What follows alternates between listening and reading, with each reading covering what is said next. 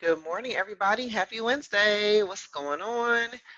Oh my goodness, it's been a couple of days for sure. It's been quite a little something, I say. But I'm here and it's Wednesday. Happy hump day, middle of the week. So I hope that you guys had a good start to your week. So today, what I want to talk about is notaries staying in their lane. All right, period. Before I jump into that, I'm going to introduce myself. My name is Burjo, also known as Be Elise, and I am the owner of Be Elise Notary Services, as well as the president and founder of the Notary Education Group Incorporated. On Wednesdays, 8:15 a.m. Eastern Time, I come live to talk to you about business and notary related topics and tips and answer your questions in real time. All right, so let's talk about staying in your lane. Now, as a notary, a lot of us, we fall into the pattern of acquiring more information than we really need to and using it at the wrong times. All right, so there's nothing wrong with you knowing more about the closing process and about the documents and you know, making sure that you properly execute them. But the problem is that we are using this information at the wrong times. Okay. Now, perfect example. I had a signing on Monday and it was for a refinance. And the signing got reassigned to me because a notary had an emergency. So they had to reassign it. Now, the notary who had the signing before me had reached out to the signer to prepare them for their appointment, which is normal. We all um, need to make sure that the signers are prepared for us when we get there, so that way they're not scrambling to try to get anything that they need. So the notary did that, but the notary confused the signer because the notary asked the signer if they had did the wire.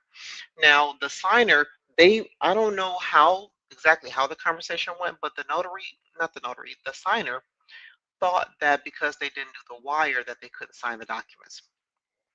Now, the phone number that the company gave me for the signer was incorrect because I was not able to reach them. And I contacted the company to let them know, hey, I have a wrong phone number. The phone numbers that are listed here, one says the phone is disconnected, the other one goes to Florida Power and Light. So I need a phone number so that I can call and let the signer know that I'm on my way so that I can make sure that they're prepared on my end. And so I was on hold. I was back and forth with the company. And I was just like, you know what? I'm just gonna go. It's fine. I'm gonna print the documents. I'm gonna go. And worst case scenario, I'll get paid a print fee and whatever, right?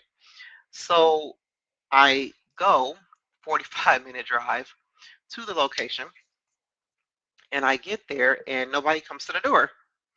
And I'm like, I should have followed my first mind and just, said I wasn't gonna do it. But I got a cancellation that morning, and this appointment it fell in place of that cancellation. So it was like, I'm like, okay, my morning is not off or not. So I wait, I ring the doorbell, I knock on the door.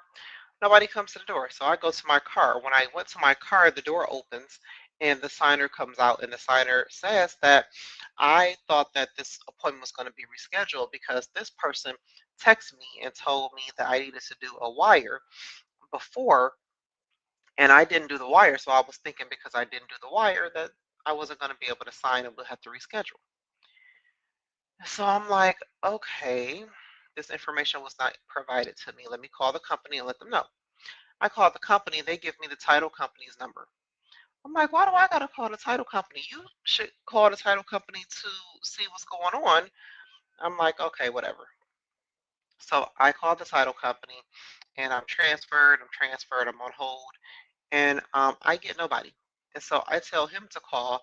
Come to find out, the person that he's calling is not the lender or the title company. It is the notary. The notary is the one who gave him this false information. And so I'm like, In my experience of doing the refinances, I have never had the person wire the money before we sign. Now, I do understand that every situation is different, um, and sometimes that is the case. But if the funds are wired before they meet me, I'm not told because they've already taken care of whatever they need to take care of. So I'm telling you this story because unless you are given instructions to relate to the signer that they need to do the wire before we sign, this is not something that is should be of your concern. Okay, we are proceeding to the signing. Okay, make sure that you are reading the enclosed instructions because most time they do have the instructions. I have gotten instructions that say the signer should e-sign before meeting with the notary. Do not proceed to the signing if the e-sign has not been complete. Do not proceed with the signing. Don't proceed to the location. Don't proceed to the signing if the e-signing is not complete. And so then that's when I will take it upon myself to ask, did you complete the e-sign part? And if they haven't, then I will tell them, please check your email. They sent you an email. And the bad part about this is when they send those emails for them to do the e-signing, it's usually late at night when they're asleep. So they don't see it. And that happened most of the time, not all the time, but most of the time. So do not do more than what is asked of you because you don't want to confuse the signers. This also goes along the lines of when you're trying to explain documents, the lenders and title company, sometimes they have already done that part. You are only there to identify that these are the parties who are supposed to be signing the documents and assessing for willingness and awareness. That's all we're doing. We are not there to educate them on what they're doing. That is something that is totally up to the company who is providing them with the loan or sale or whatever. That's not our job. Okay? And if the signer has questions about the documents, you need to always refer them back to the people who they've been working with. It's a reason why we don't get the information about what's been going on with their transaction before we meet with them because they don't need us trying to educate them or direct them on anything other than where to sign, where to date, where to initial. All right? If they include instructions, follow the instructions, guys.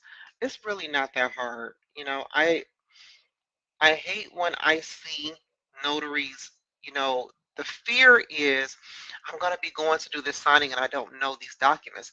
And the reality is you don't need to know the documents, all right?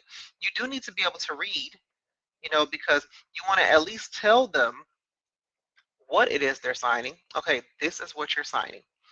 You want to at least be able to tell them that. But you don't need to be able to tell them anything else.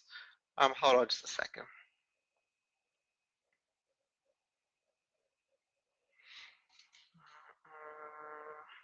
On my calendar today.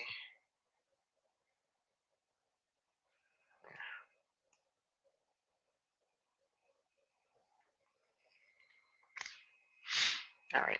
So anyway, that is what I want to get on here and tell you guys. All right. And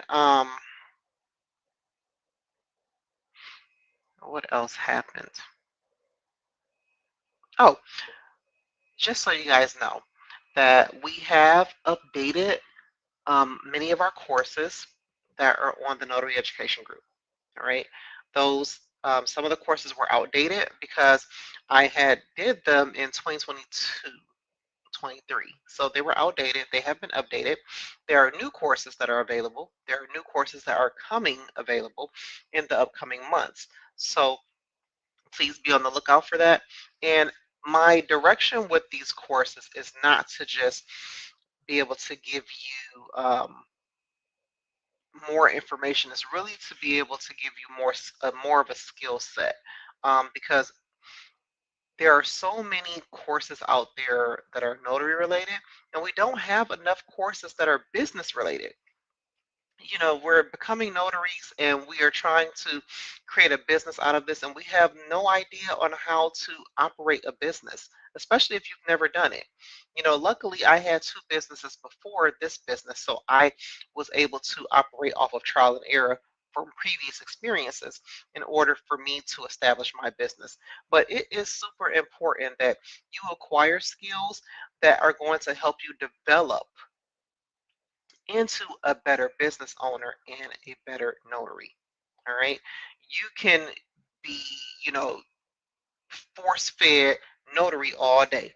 It's really not a whole lot of information out there that you need to acquire to do notary. Okay. Much of what you need to know as a notary is in your state statute. All right. You need business skills. Business skills is what's going to help you elevate your notary business. So if you're only focusing on notary related skills, you're limiting yourself.